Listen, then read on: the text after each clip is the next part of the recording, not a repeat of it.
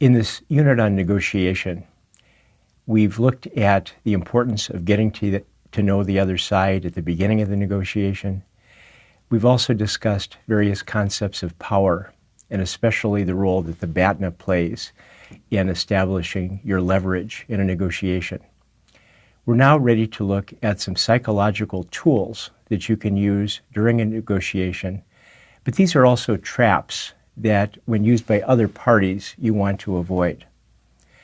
In thinking about these tools and traps, we're going to be looking at some research by people who focus on decision making. And these people fall within two camps. Some of the researchers are prescriptive. They try to prescribe how we as human beings should make decisions. The other camp focuses more on descriptive research or behavioral research. They try to look at how we act as human beings, and then they build on that knowledge in providing advice for negotiators. We've already looked at an example of prescriptive, or sometimes called normative, decision making, and that's the use of decision trees.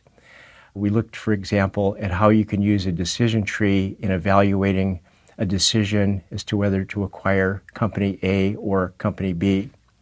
So our focus is going to be on descriptive decision making or behavioral decision making.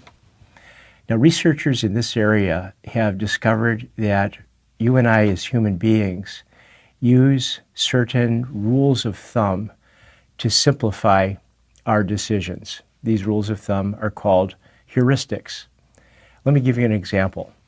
This is from a great book by Max Bazerman called Judgment in Managerial Decision Making, which I've cited at the bottom. So here's the example. Let's assume that your company has decided to hire an MBA graduate to work in finance at your company.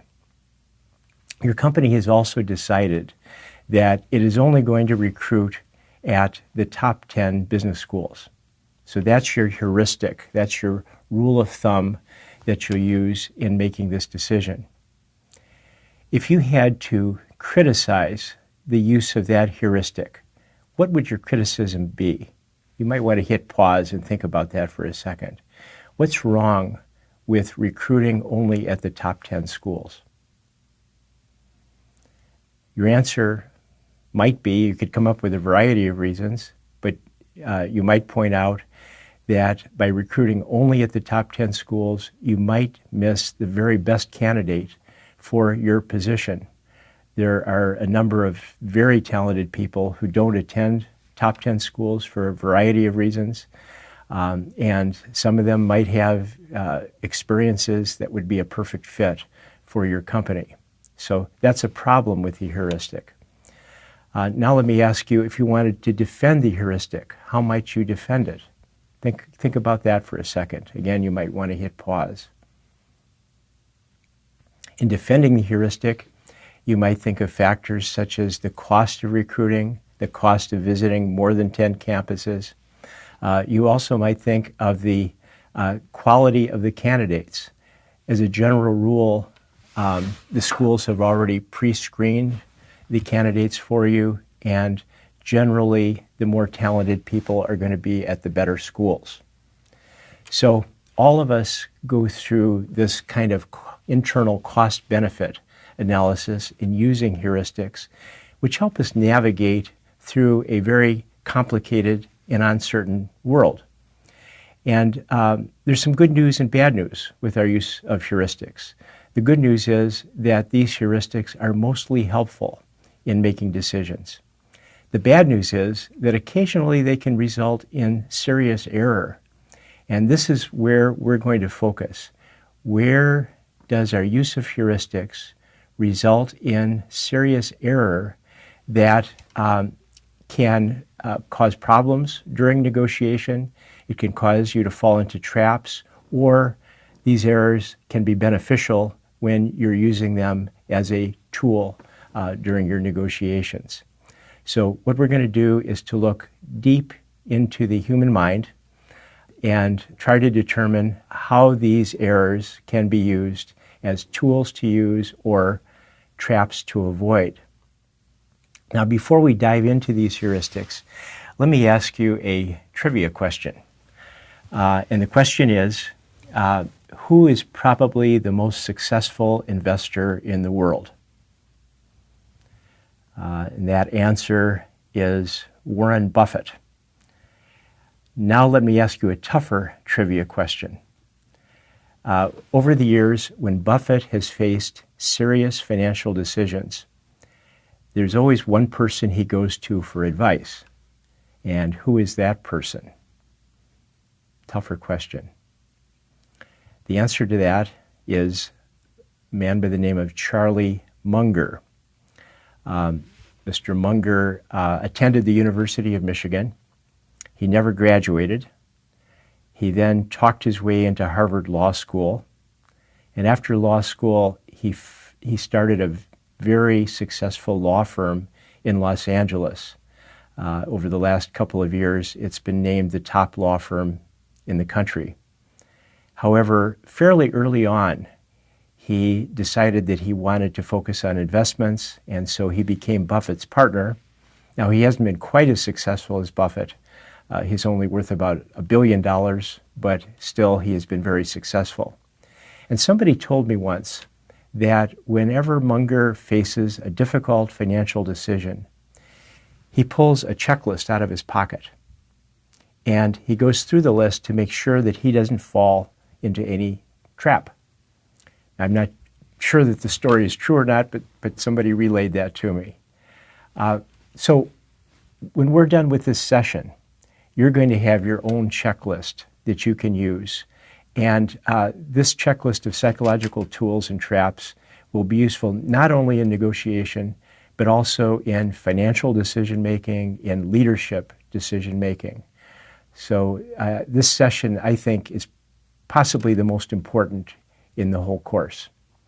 As we go through the various tools and traps, I'm going to use actual experiments that were used by the decision researchers in coming up with these tools. So you'll have a chance to experience why and how these tools work.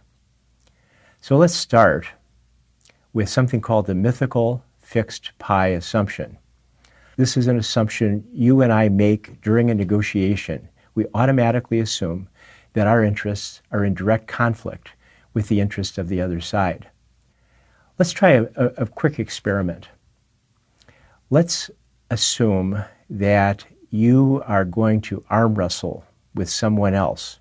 And if you're in a room with somebody else, please try this. Otherwise, just think about what the results might be. So what I'm going to do is to ask you to arm wrestle for 10 seconds.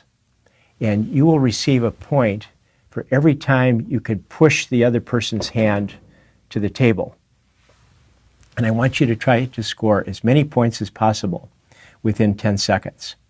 So if you're in a room with somebody, press pause and try this for 10 seconds, 10-second limit. And if you're not in a room, just think about this for a second. What do you think the score will be? When I do an exercise like this in class, what I discover is that for most of the students in the class, assuming they're paired up with somebody who's fairly equal physically, the scores tend to be 3-2 or 4-4 in that range. That's for most of the class. But for some of the students in the class, the scores turn out to be 20-20, 25-25, 30-30. So what's going on? How do you explain the difference between the scores?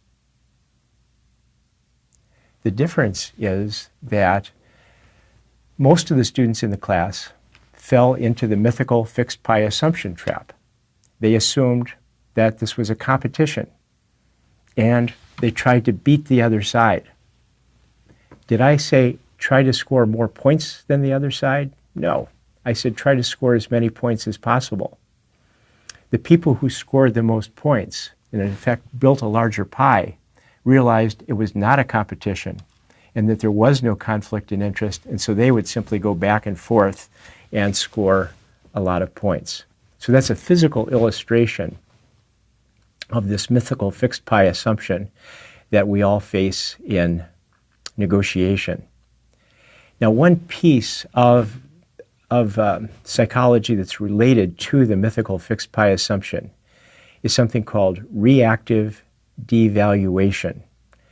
And these words mean pretty much what they say. During a negotiation, because we think of the other side as a competitor, we tend to react to their proposals by devaluing them. So, for instance, a few years ago, several years ago, a researcher did a study that went something like this.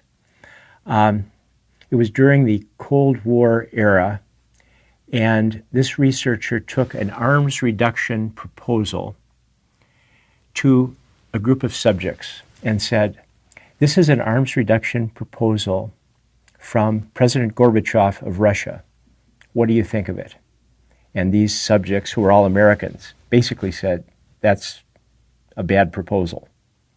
Then the researcher took the same proposal to another group of American subjects and said, this is an arms reduction proposal from President Reagan. What do you think of it? Oh, this is a very good proposal. Same proposal, but they reacted to it differently because one group devalued it, thinking it came from Russia.